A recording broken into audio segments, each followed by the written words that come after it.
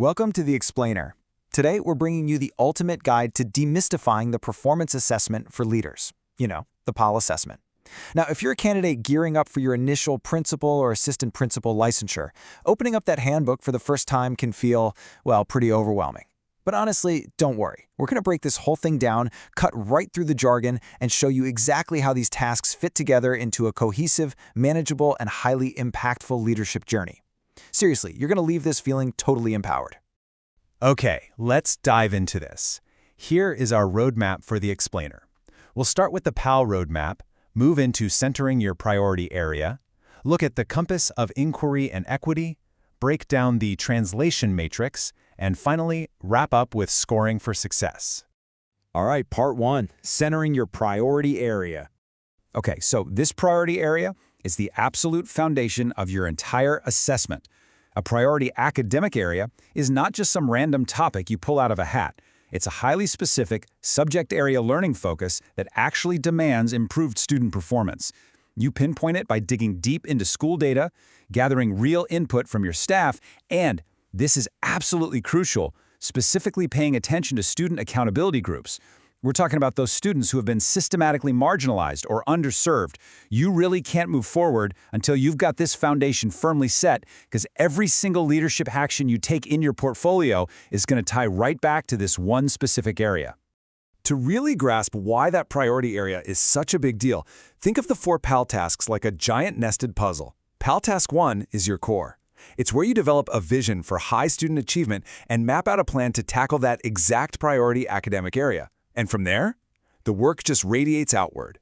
In PAL Task 2, you take that exact same priority and work with a small group of staff to build a professional learning culture around it. Then, in PAL Task 3, you zoom in to support individual educator effectiveness, observing and coaching a teacher on strategies related to, you guessed it, that same priority area. Finally, in PAL 4, you're engaging family and community partners to address barriers impacting, that priority area. It's one cohesive story of your leadership, just told from 4 different angles. Moving on to part 2, the compass of inquiry and equity. Throughout your PAL tasks, you're actually required to take what's called an intentional equity pause. And you know what? I want to literally slow down our pacing right here to model this for a second. Think about these questions. Whose voices in the school community are empowered in my data collection? What voices are absent or even silenced? The PAL assessment isn't just a bunch of administrative checklists. It is deeply rooted in anti-racist leadership competencies. These intentional pauses are baked in to help you confront your own biases, spot structural inequities, and make absolutely sure that your leadership is actively dismantling barriers for your student focal groups.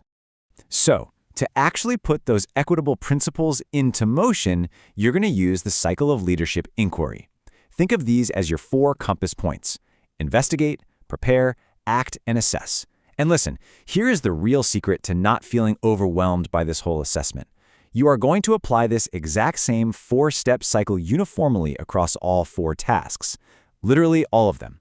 Whether you're analyzing school-wide data in Task 1, running a professional learning group in Task 2, doing a teacher observation in Task 3, or launching a community engagement strategy in Task 4, you will always investigate the context, prepare a plan, act on it, and assess your impact. Every single time. All right, part 3, the translation matrix, aligning PAL with CIP. Now, if you are already doing school improvement work, you might be sitting there thinking, oh great, this sounds like a ton of extra work. Well, actually scratch that, it's not. This brilliantly illustrates how PAL is basically your Rosetta Stone. It translates the specific PAL Task 1 requirements right into the continuous improvement process, or CIP, that you're probably already using in your building. When PAL asks you to investigate, that perfectly maps to doing a foundational data dig and identifying your equity focal group. When PAL says transition from investigate to prepare, that's just your root cause analysis, digging into why these gaps exist. And when PAL says act, you're just formulating your equity goal statement and your instructional core vision. You aren't doing some separate, weird portfolio project. You are doing authentic, continuous school improvement. And watch how beautifully this builds across the rest of your portfolio. In PAL Task 2, cultivating a professional learning culture aligns directly with a classic PDSA cycle: plan, do, study, act. For your first PDSA cycle, you plan a change idea with a small group of educators. You implement or do that change, you study the results of their collaboration, and you act on what you've learned to improve adult practice. It's a perfect match. And the pattern just keeps going. PAL Task 3 focuses on individual educator effectiveness. This is essentially your second PDSA cycle. The plan is your pre-observation where you figure out the focus. The do is the actual observation and giving that targeted feedback. The study is assessing how your feedback landed and its impact. And the act is reflecting on your own coaching skills so you can adopt, adapt, or abandon your strategies. Finally, we bring it home with PAL Task 4, which centers on family and community involvement. This fulfills the requirements for your third PDSA cycle. You put together a diverse working group, plan an engagement strategy targeting your priority area, execute it together, study the feedback from families and staff, and figure out how to sustain that partnership. By looking at the tasks through this continuous improvement lens, the whole shebang becomes a totally natural extension of your day-to-day school leadership. Which brings us to part 4, scoring for success.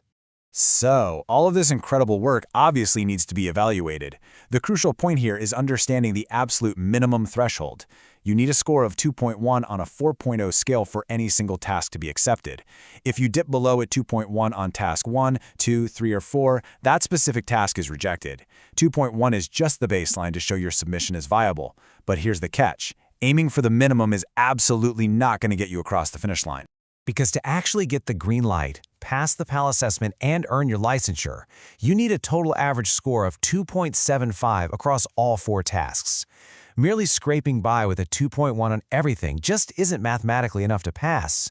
You've got to provide evidence of leadership that consistently hits the meeting or exceeding expectations on the rubrics to pull that overall average up into the 2.75 green zone. That means making sure your artifacts are thorough, your commentaries are deeply reflective, and your connection back to that initial priority academic area is airtight across the board.